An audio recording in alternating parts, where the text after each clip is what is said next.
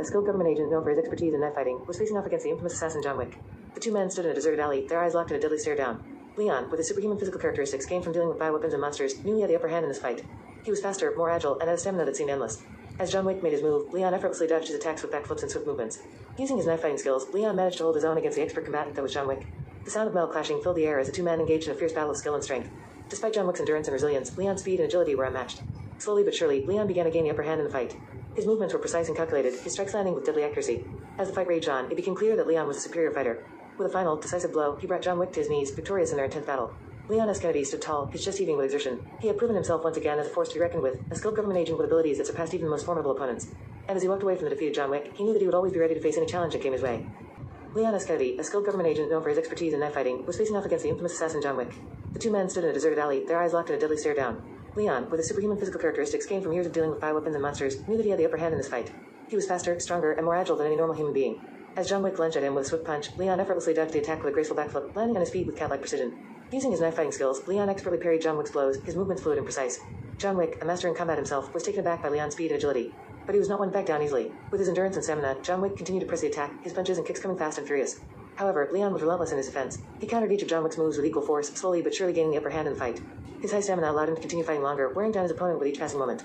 As the battle raged on, Leon's determination and skill began to shine through. With a final, decisive strike, he managed to disarm John Wick and bring him to his knees. The assassin, defeated but not broken, looked up at Leon with a mixture of respect and admiration.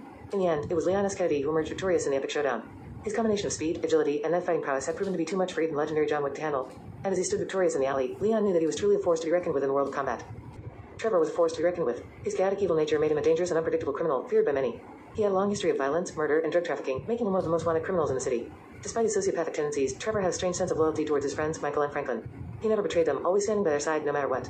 It was this loyalty that kept their friendship intact, even in the face of Trevor's monstrous actions. One day, as Trevor was out on a heist, he came across a young woman named Patricia. There was something about her that stirred a strange feeling inside Trevor, a feeling he couldn't quite understand. He found himself drawn to her, wanting to protect her from the chaos and violence that surrounded him. As Trevor's relationship with Patricia grew, he began to show a softer side, a side that few had ever seen. He was still a monster in the eyes of many, but to Patricia, he was something more.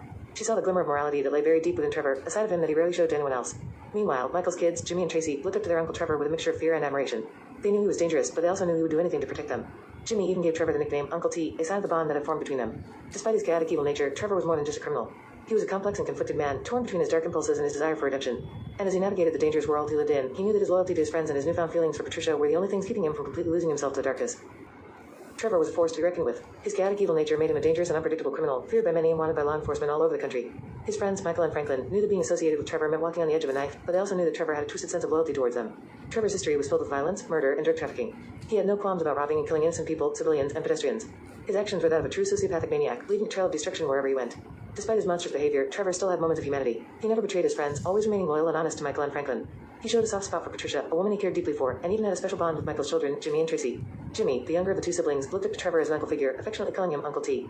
Trevor, in turn, felt a sense of responsibility towards the kids, wanting to protect them from the darkness of his own world. As the trio continued their criminal activities, Trevor's inner turmoil became more apparent. He knew that what he was doing was morally wrong, but he couldn't seem to break free from the cycle of violence and chaos that consumed him. Despite his best efforts to hold on to his humanity, Trevor's actions continued to spiral out of control. In the end, Trevor's fate was sealed by his own hand.